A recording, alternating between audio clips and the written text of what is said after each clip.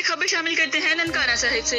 ननकाना साहिब हुकूमत पंजाब की तरफ से जारी करता 120 पर अमल दरामद को 100% यकीनी बनाया जा रहा है। डेंगू एक मुहलिक मर्ज है, इसके तदारुक के लिए तमाम वसाइल बरोए कार लाए जा रहे हैं और इस सिलसिले में कोई समझौता नहीं किया जाएगा। इन ख्यालात का इजहार डिप्टी कमिश्नर ननकाना राजा मंसूर अहमद ने डेंगू के हवाले से किए गए हिफाजती इंतजाम का जायजा लेने के सिलसिला में इजलास की सदारत करते हुए किया। इजलास में additional deputy commissioner general Ahmad Kamal, CO health doctor Shakeel Ahmad Shahid, assistant director माहौलियात DDHO समेत मुतल्लिका महकमा जात के अफसरान ने शिरकत की। CO health doctor Shakeel Ahmed ने डेंगू के हवाले से किए जाने वाले इंतजाम पर इजलास को ब्रीफिंग दी।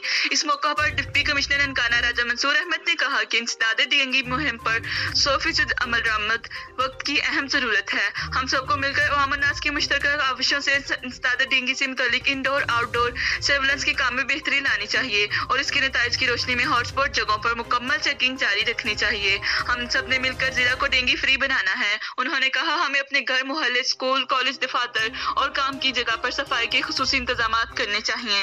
पौधों के गमलों और खुली जगहों पर पानी ना खड़ा होने दें। पुराने टायर तल्फ कर दें।